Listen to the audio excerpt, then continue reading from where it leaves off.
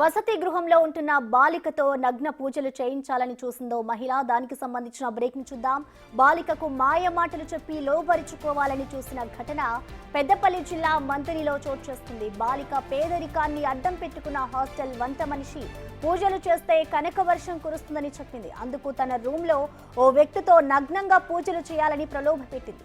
మహిళ మాటలకు భయపడ్డ ఆ బాలిక హాస్టల్ నుంచి వెళ్లిపోయి సమీప బంధువుల ఇంట్లో తలదాచుకుంది. విషయం తెలుసుకున్న బాలిక తల్లిదండ్రులు పోలీసులకు ఫిర్యాదు చేశారు. దీంతో పోక్సో కేసు కింద పోలీసులు కేసు నమోదు చేసి దర్యాప్తు చేస్తున్నారు.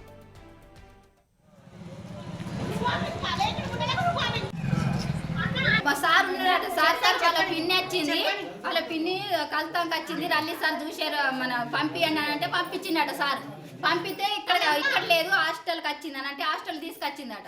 హాస్టల్ తీసుకొస్తే చూసిందట, అమ్మమ్మ ఏది మా పిన్ని రాలే కదంటే లోపలికి మీ పిన్ని రాలే, ఎవరు రాలే అన్నట్టు లోపలి తీసుకెళ్ళిందట.